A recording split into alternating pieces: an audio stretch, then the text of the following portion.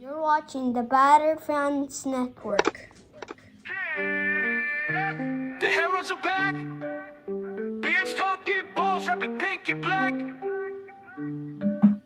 Coming live from the 305, it's official tissue. The Batter Fan, Chris and Dan, weekly rocking with you. We talk Messi, Boosie, Jordy, Lucho, the Fat Four, to Ben Cram, Noah, Ruiz, Fred. What more could you ask for? Tighten up and get ready, listen in on the pod. Solana and X in Espanol, just to even the odds. Breakdowns and gas bagging, join the tribe and just vibe. Free 99, don't forget to like and subscribe. Don't hesitate, say what's up, go ahead and come in. No question about it, I'm ready to get hurt again. No question about it, I am ready to get hurt again. Chris, the Heroes are back. Welcome everybody to episode number 399 of the Batter Heroes Podcast. I'm your host, Daniel Ganana, and alongside me, as always, Mr. KBD. How are you doing, sir? The MLS world is in shambles right now. MLS world is in shambles. I mean, we're still talking about the All-Star game. This is the first time that the All-Star game has been discussed after the All-Star game. Well, that's Messi, right? Yeah. Yep. Kind of. And shout out to Blake Keitlinger stirring up some people. For the last 48 hours, people have been stirring. But you're damn right, I had the shirt on. I wasn't gonna take the shirt off. Everybody up in arms because I was wearing a shirt that said Miami versus the MLS. I've never gotten so much hate on Twitter before. I got a lot of hate, but it's all fun. 200,000 plus worth of views, eight yeah, views. I had people had. You had who? Wait, go ahead and fix that microphone while you discuss that, because I mean it's been really wild online. I feel like there's just too much gatekeeping happening. There's a lot of colorful things that people were saying my way. I even got called a fascist. I was like, what the hell? Goodness. I know. I was like, how did you even make that comparison? But yeah, it's been all in fun. I just wanted to clear up. I at no point do I say that the MLS is against us. I mean, the league is helping pay for Messi, or Apple is at least. What I was saying is that Miami versus the MLS fans, like everybody in the MLS hates Miami. Like that's just what it is. And for everybody that was complaining about Messi missing the All-Star game, in the back of the shirt, it says, "Here for trophies, not exhibitions." That was it. That was the shirt. But everybody ran with it, and I was okay with it. It's fine. But I thought it was really funny. I feel like there's a lot of gatekeeping in the MLS. A lot of people with I can't wait till Messi gets out of here. Like, they want to keep it very small and very in its place, and they don't want it to grow. I think that's terrible. And just so you know, the definition of fascism is far-right, ultra-nationalistic political ideology and movement characterized by a dictatorial leader. Yeah, that's what people say you are. No, but people were really upset. And oh my god! And they were saying that I'm clueless, and then the fan base is clueless, and I thought it was funny. Look, it was actually what the shirt was originally going to say was Miami versus rules and restrictions. That's originally what the shirt was going to say. All these stupid rules of wanting PGPs, the small salary cap, the restrictions on what you can do and you can't do. That's what the shirt was originally. Miami versus rules and restrictions. But then my wife's like, why don't you just put MLS? You know, everybody hates us. And I said, yeah, it's shorter. So I put MLS, and that was it. But yeah, it was funny. Yeah, Mitch is saying the MLS fans just want $20 tickets and farmers playing in their leagues, Chris. Forget growth. Yeah, I mean, want to go back to the days where, you know, MLS is like their second job. Like, I mean, you want to be in Auckland. Everybody wants to be, we want to stay in Auckland world. I just thought it was funny. But I will tell you, if nothing else, that post, if you look at all the comments, it proves that everybody that people can't wait for us to lose, and they're dying for it. So it's Miami versus everybody. My MLS, it's Miami versus everybody. But we're here to talk Leagues Cup, and it's Miami versus everybody for real, because we are playing in the Leagues Cup for the third time, and just take a trip down memory lane 2023, for those of you that forgot, 2 years ago was the first time that this iteration of the Leagues Cup was played. Messi made his debut July 21st, 2023 against Cruz Azul. We used to take a full month off. It won't be that way anymore. And if you want more details about the format of the Leagues Cup, make sure that you tune in with us at 10 o'clock. We're going to have battered MLS fans, and we're going to be joined by somebody that does a Mexican podcast. They cover the Liga MX, the actual league, and we're going to do the podcast with him, and we're going to preview the Leagues Cup in general. During that episode, I'm going to discuss the specifics of the tournament, because the tournament's interesting this year. It's only 2 weeks off. Only 4 teams make it to the knockout stage from each league, and it's just very interesting. But anyway, back 2023. So the slap basically brings you to turning your microphone off. Well, you get Messi's debut July 21st, plays against Cruz Azul, and that was the infamous game that everyone had penciled in, and we ended up winning in heroic fashion 2-1 in the dying minutes, which I have a video. We have a video of my family and I. Look, was that the kick? Was that the Cruz Azul kick? That was Cruz Azul was the one where I go crazy. Yes, yeah, that was the one that was in the stadium in the top bins. Yeah. And then they didn't end up playing another Liga MX side until, well, they didn't at all. That tournament, that was the only tournament. Liga MX team, and which is something that I like that they improved this year's with this year's tournament. This year we'll actually play only Liga MX teams up until the semifinal, possibly. And we ended up winning that trophy, first trophy in team's history. That was the funnest month of sports I think I've ever watched. The way Messi was just tearing it up with the team, and yeah, that was 2023. Now 2024 came around last year, and Inter Miami fans weren't that interested. Messi was injured. Suarez was coming back from an injury. Copa America and the Euros had just happened. People just weren't that excited. I remember a lot of people were saying we should just bow out early just so we could rest the guys. And we ended up getting out of the group stage. We should have beat Columbus in the round of 16. I want to say it was the round of 16. But we gave up a 2-0 lead late in the game, and we lost, and Columbus moved on. I believe it was in the round of 16. Yes, and they ended up winning it all. Ended up winning against LAFC.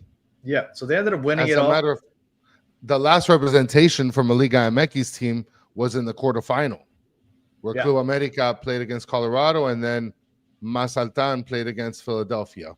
Liga MX has not fared well in this tournament, but there's a reason for that, right? All the games are played in the United States. So they're giving them hub cities for the home teams, and that's a whole other story. But that was 2024. Miami bowed out early, and now we're here in 2025, and I feel like the excitement is, at least for me it is. I don't know about everybody else, but I feel like the excitement is a little back, right? You got a healthy Messi, a spicy Messi probably after being suspended.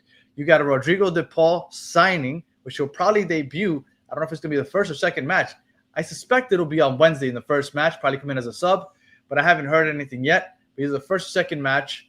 And then we have 2 possible other signings coming in with Mark Bartra and Pelestrini, I believe was his name. Facundo Pelestrini, which played for Manchester United for like 10 games or something like that. But a speedy wing, Uruguay. So 2 possible signings coming in. I've even heard that there might be even a third signing, but because that one's not public, I'll keep that one to myself. But it should be interesting.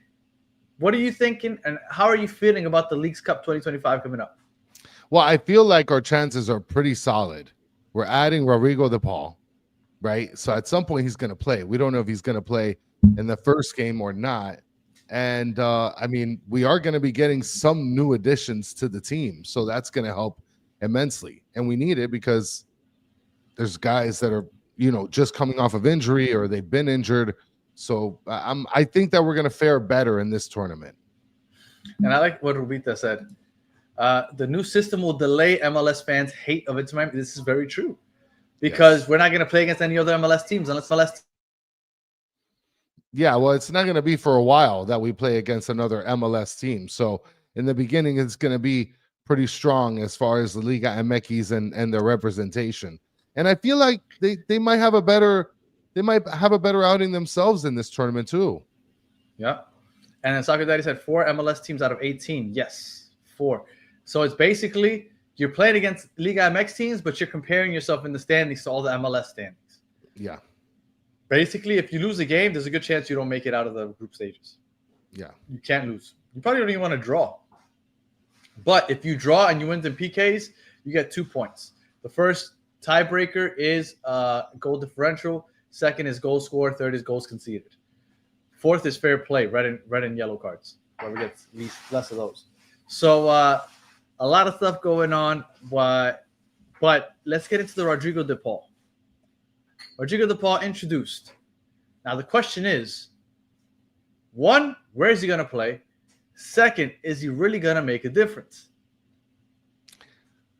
I would imagine that he's going to make a difference, right? I mean, you're adding a person that's more or less somewhat close in their prime, closer than obviously he's in his prime. Yeah.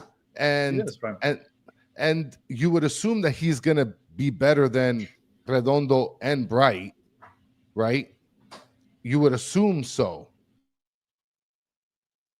That's what I would assume, that he would be better than Federico Redondo or Yannick Bright. So I think he's going to add something to the team. Absolutely. Now, will he be adding something that we like critically need? I don't think so. Look, from what everybody's been telling me, they feel like he's going to be playing out wide in Allende's role. Now, if he could play out wide, apparently he played like that for Argentina. If he could play out wide and contribute down that right flank, maybe he can help us with a little more creativity in the final third. Look, I know him as a box-to-box midfielder. A lot of people making me, or at least they're telling me, that I shouldn't discount his abilities in the final third. I guess I'll wait and see. But if that's the case, maybe we got then something. It's a great addition. Yeah, maybe. Look, I think it's a great addition regardless, but even better than I thought. Do you think we're going to change formation now that he's here? Well, if he plays in the Allende role, I don't think he will. But if he does play, Amanda's saying here, DePaul did not do well wide in a 4-4-2 for Atleti. That's not good. Well, we'll see, because Yeah, basically, I would assume, and she's actually saying he can play wide in a 4-3-3, which I think that's kind of what you were asking for anyways. No? That sort of simplified 4-3-3 strategy, and in reality, he can fill in that Allende role. He can fill in that Allende spot, and the 4-3-3 is what you've been asking for, really.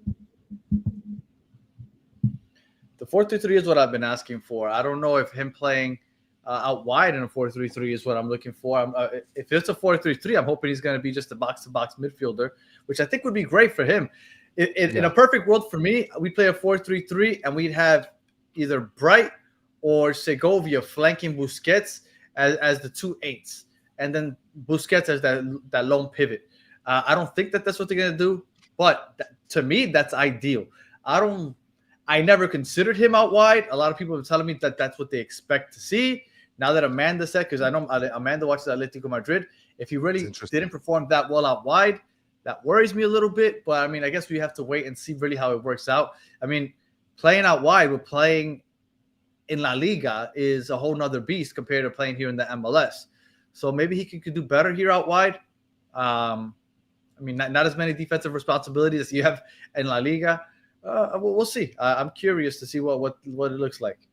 Yeah, Rubita saying 3-5-2 here. I mean, I think that this is definitely going to give Mascherano a good problem to be able to work with. I mean, listen, I was thinking about this. He just got Rodrigo de Paul. He's going to get other players. At this point, the ownership's probably looking at him and saying, you need to win some stuff, because if not, you're canned. And shout out to the gentleman Wake saying with the 49 Super Slam saying, Danny, please get a new mic, bro. I promise you it is on the way.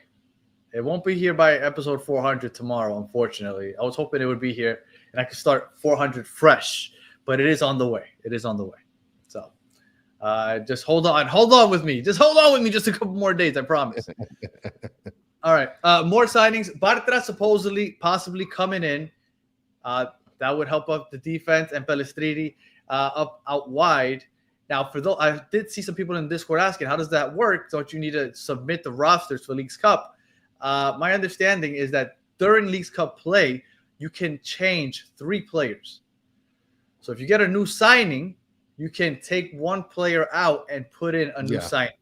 So that should not be an issue after Leagues Cup starts. If we have a signing that we get signed after the beginning of the Leagues Cup, we could still bring them on. We just have to take somebody that's on the active roster off. Yeah. I mean, it can happen. We'll make it happen. Miami's done pretty well with their management. And Vice Rosa, they asked about the Stanley. No, actually, Chris told me he didn't like the blue because it was Argentine blue, and he shamed me as a Colombian for trying to walk around with an Argentine blue. So it worked. He shamed me, and I decided to just back off, and I just stuck with the pink. Although the baby blue is nice, but as a Colombian, can I really walk around with the Argentine? I don't think model? I wouldn't do that. I mean, it's a cool color. It is. The new kit is fire. Exactly, but you shamed me, so I decided not to. All right, what? When we get to episode, no, that's not happening. I am no. Those days are long behind for me. I have a job and kids, and I have my face on the internet, and I have my face on the internet. I imagine like just pulling up a fat one and just then show up unemployed the next day. Yeah, sure. All right, 2025 Leagues Cup. All right, so here we are. Leagues Cup starts on Wednesday for us. For a lot of other teams, starts tomorrow. But I want to hear from the chat. Last year, a lot of people in the chat said, "Oh, let's bow out early. Let's bow out early. We don't want this. We don't need this. We need rest." Well, it's here now. How are you guys feeling? Chris, are you excited for the Leagues Cup? And do you care at all about winning it? Well, do you want to look at the standings of some of the teams in Liga MX to kind of... Well, before we get into the specifics of the opponents, do you care about it? Do you care about winning at all? I do care because we have nothing at this moment. Okay. Like, if we would have gotten the CCC, then I would have been like, nah, we already have a Leagues Cup. It's not a big deal. But we have nothing, Danny. We have nothing. So you want to win it? Yes. I want something. The chat, well, Mr. Krabs says we need to win something. Kira, I believe the chat just moved up, so I didn't get to see the full name. I'm pumped about the cup. I'm also pumped. I feel really excited about this cup. Probably the most excited I felt for the 3. The first one I was excited about watching Messi play, but that was it. But this one I'm actually excited about trying to win it. This is obvious right here, Blake. Winning is better than losing for sure. Yeah, this is a fact.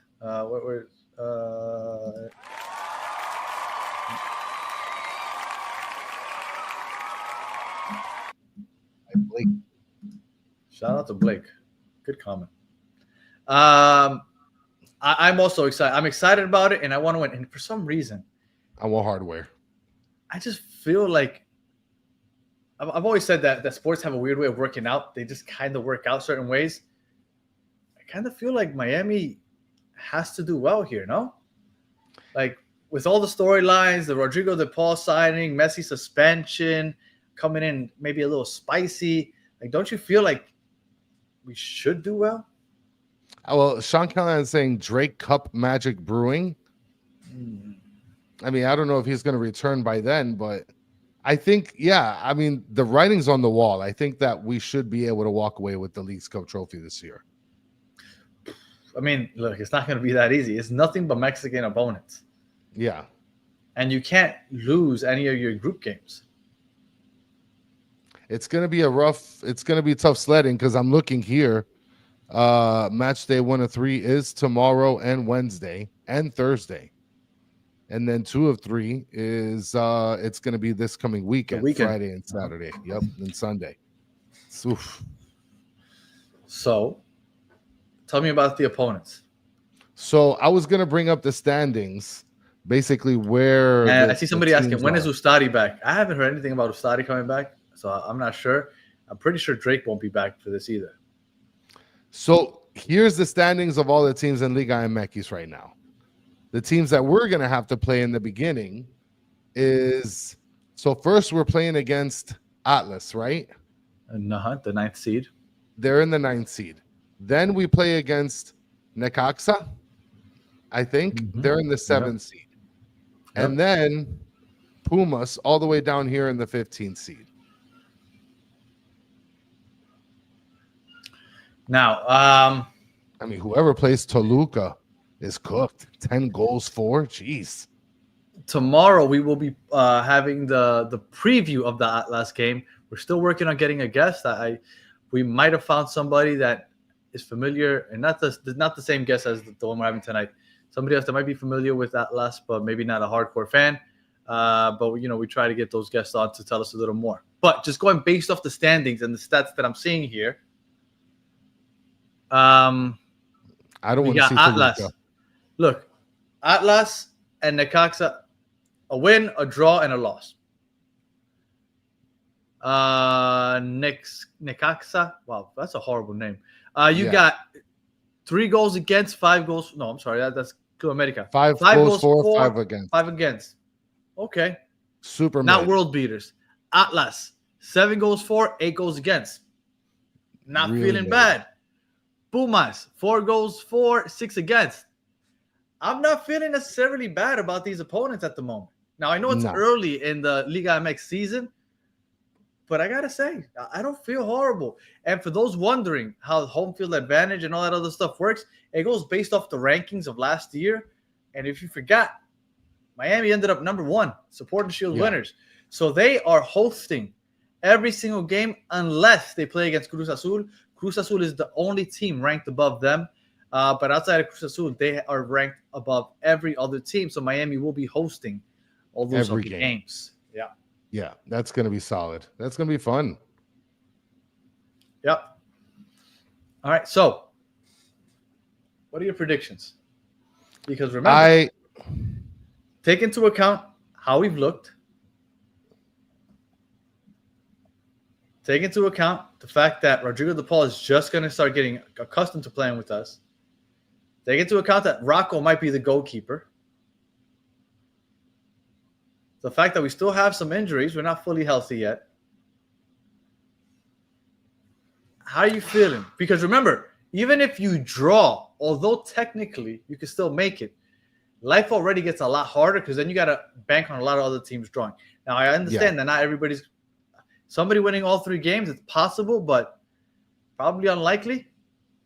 But if you really think about it, if you win 3 games, how many of the 18 teams? You might have some teams that win all 3 games. Cincinnati's a good squad that could win all 3 games, possibly. Columbus. If you have to win all 3, man. I don't know. I feel like if you get a draw, you're shit out of luck. What are your predictions for Leagues Cup?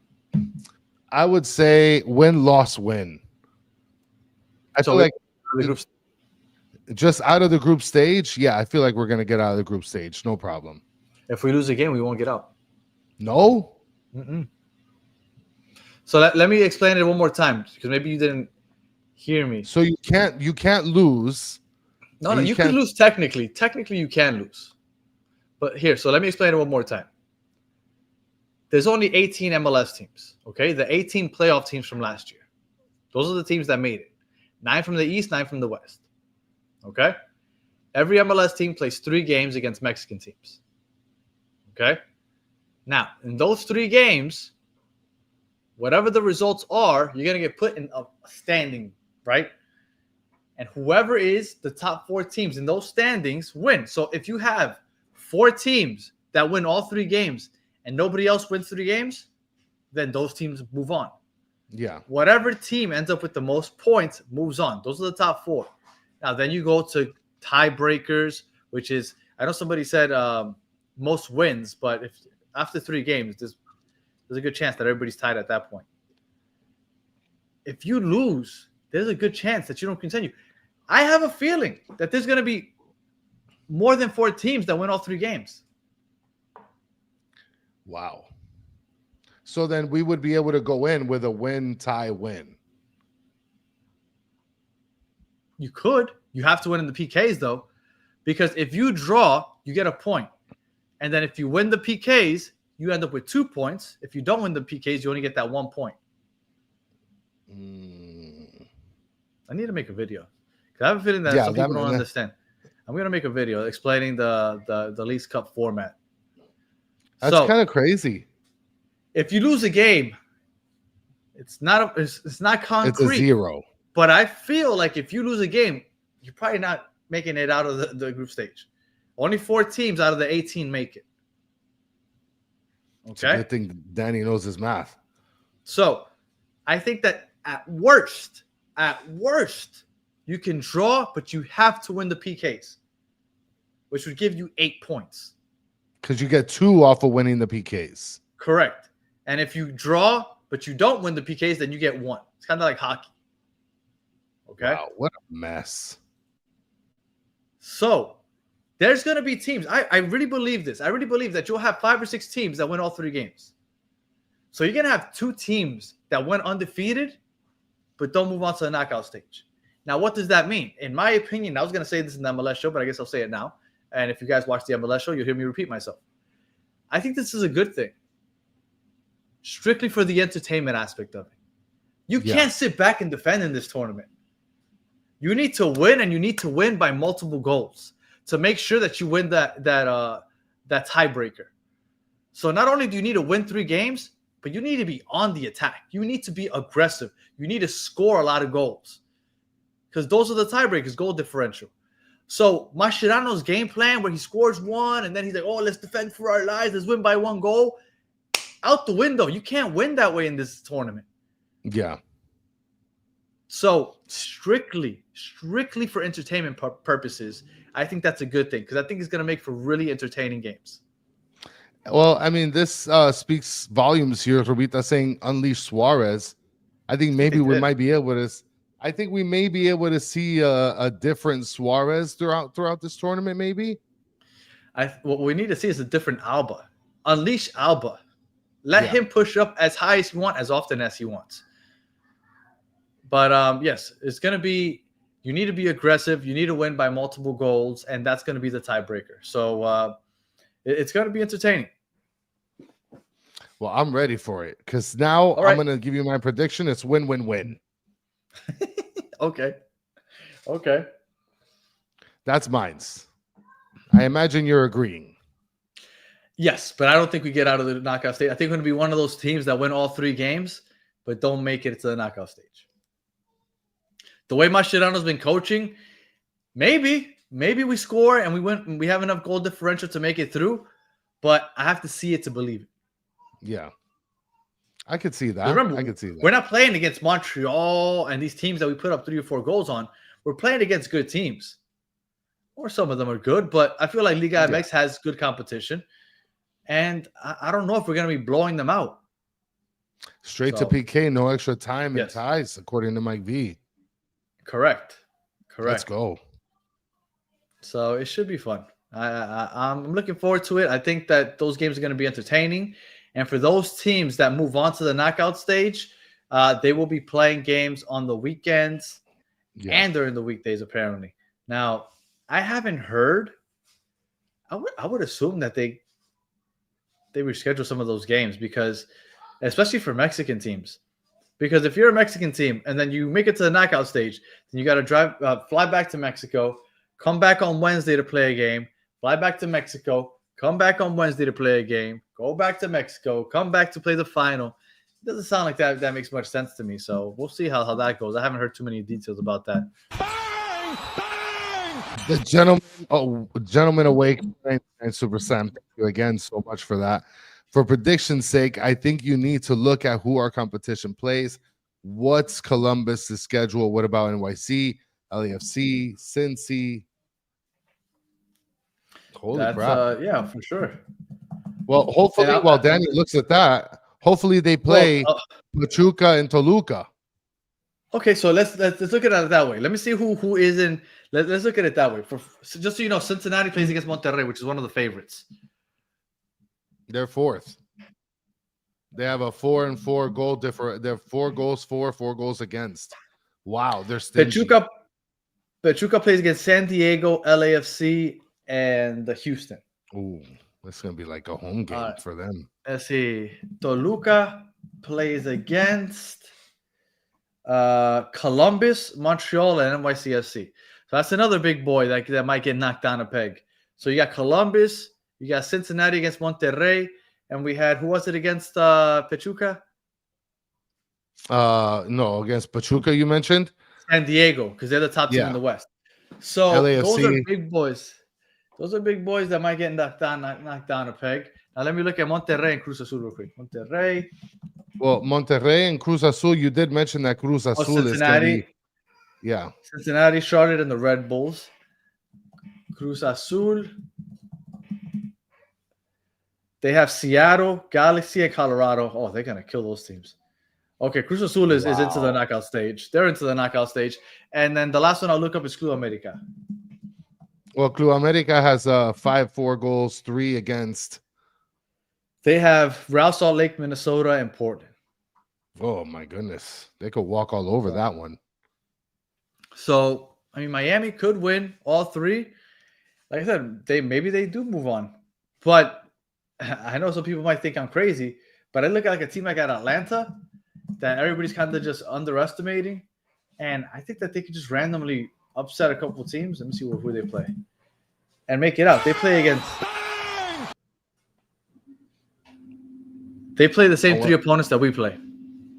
Shout out to Cringe with a $4.99 Super Slam. Atlas is shit. Nexaca is decent, and Pumas will be difficult. All of our goals need to be against Atlas. Yeah. Whenever you can pour it on, you need to pour it on. And then Atlanta United play against the same 3 teams that we play. Yeah.